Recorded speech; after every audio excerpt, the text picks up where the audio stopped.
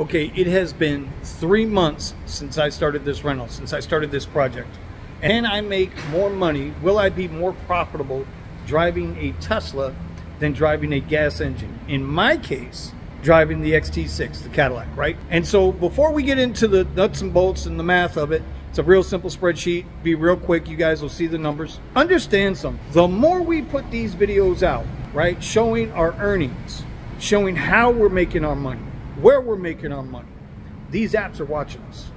They're absolutely watching us because they have to keep trying to find ways to squeeze us down even more. Okay? I don't care how small or how big the channel is. They're going to keep watching. Somebody's paying attention. So I'm not saying that we shouldn't be making videos with our earnings. I'm just saying the more we put out here in the public about how we're getting paid, the more ways they're going to find to keep screwing us over. So with that said, enjoy this from the office, and then I'll come back when it's done, and I'll give you my final thoughts. All right, so we're back in the office now, and listen, I'm going to show you my numbers. I am going to be completely transparent because with this 3-month program that I've been on with the Tesla Model Y, numbers have been very simple. My costs have been the rental, $4.99 a week, which includes my insurance. And my charging cost, which you're going to see, was about $90 a week for charging. I'm also going to show you my gross earnings with Uber and my gross earnings with Lyft and all the averages that come with it.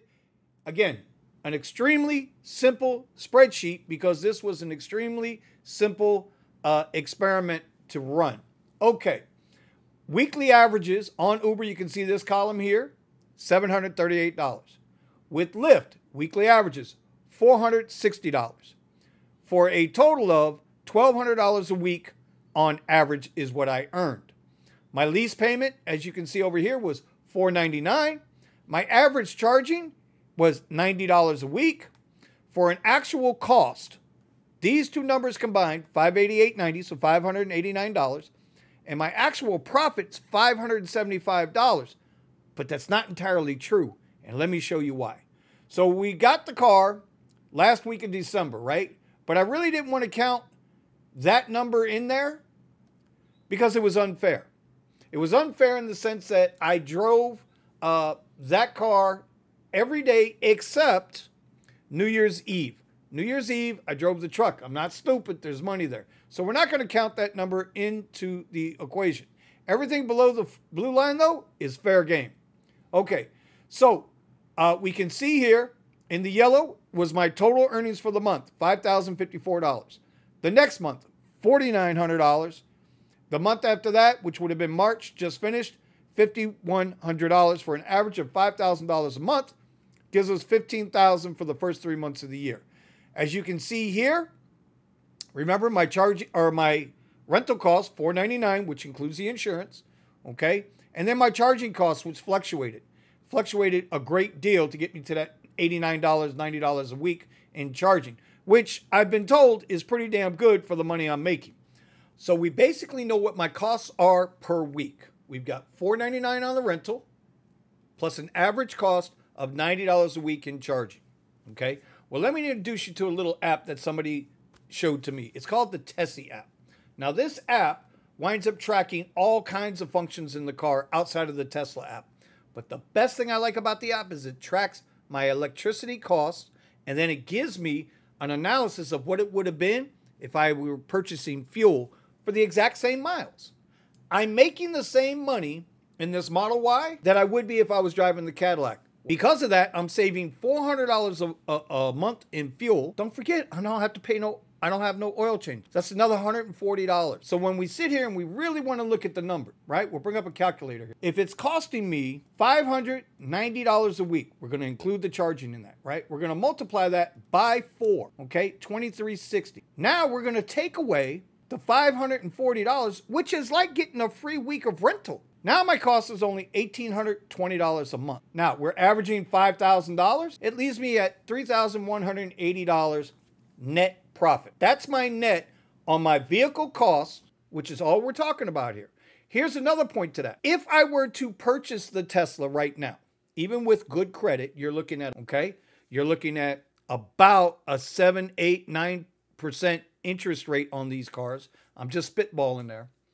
I'm going to be somewhere for the Model Y that's $35,000 after the tax deduction. Depending on how I get that, do I get it as a write-off at the end of the year? Are they going to take it right up the sticker price? There's variables there. I'm going to be spending roughly $1,000 a month, $900 to $1,000 a month on the car. That's going to be my payment. Then you got to tack on insurance. That's going to be another $300-400 a month because the Tesla insurance is more expensive than the insurance for my Cadillac XT6 and my Cadillac CTS combined. It's just the way it is, right? So I'm right in that range. If I were buying the Tesla, the difference is I don't have to worry about anything. If something goes wrong with my rental, this is the premium I'm paying for the rental price. If something goes wrong with that Model Y, all I do is call up DriveWhip, let them know, they take care of it, they give me another vehicle, and I'm on my way. That's why I actually don't have a problem renting. At the end of the year, all of this cost, my cost, the $499 a week, plus my charging, all of that is tax deductible. I'm going to get most, if not all of that money back because it is a business-related expense. The only time I drive the Tesla is when I'm out there driving Uber and Lyft. That's it. That's the whole kit and caboodle. The other part to that is I'm only averaging about 40 hours a week, between 38 and 42 hours a week, you know. And then we also have to, I have to say this, you see the one red week I had here. The one red week, that was the week I had the flu. So we put out that video, I think that Monday, Tuesday morning, I woke up sick as a dog. Sick as a dog, and I didn't drive for like 8 and 9 days into the following week. So this is how I look at it. At the end of the day, is the rental a good idea? Well, I'll tell you like this. I'm cool with the rental. I'm cool with Tesla being the vehicle right now because ask yourselves this one simple question. Could you use an extra $540 a month? Would an extra $540 a month right now, all things being even, would an extra $540 a month help you? Because it's helping me. Even with the rental cost, it's helping me. Now remember, this is a fixed rental cost through DriveWhip. If you're going through Hertz, you don't have access to any other app, driving app at least. You don't have access to Lyft. So you have to take that out of the equation. And then we know how Hertz is. Hertz, it's a variable rate. But forget how you get the vehicle, whether it's renting, whether you own it, forget all that. All things being equal, my Caddy versus the Model Y. The Model Y is going to make me more money at the end of the day. I might not gross as much at the end of the month, but I'm going to make more money because it's saving me $540 a month. I don't know about y'all.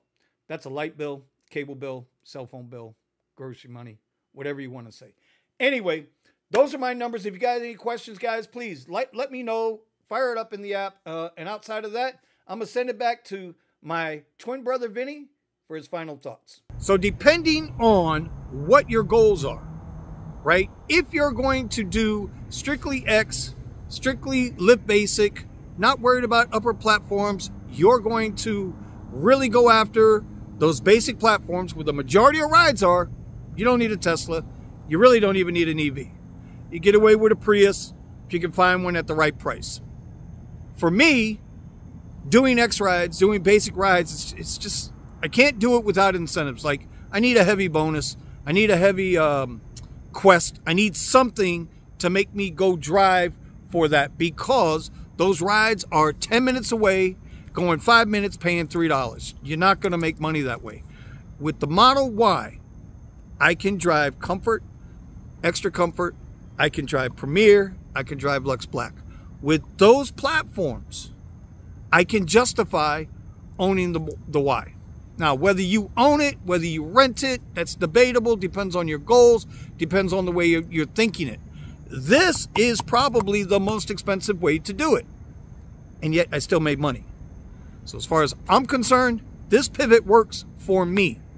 I'm not saying it's going to work for you. I'm saying it works for me. And, you know, so with that, I'm going to let it ride. I'm going to catch up with y'all later. Look, I'm going to be doing a lot of Tesla content. I got some review videos that are going to pop up on the channel. They ain't going to be for everybody. But if you're in the Tesla fear, or if you're in regular cars, you're going to find some of these products that are going to be able to help you out in case you need them. All right. We'll see you next time. Peace out.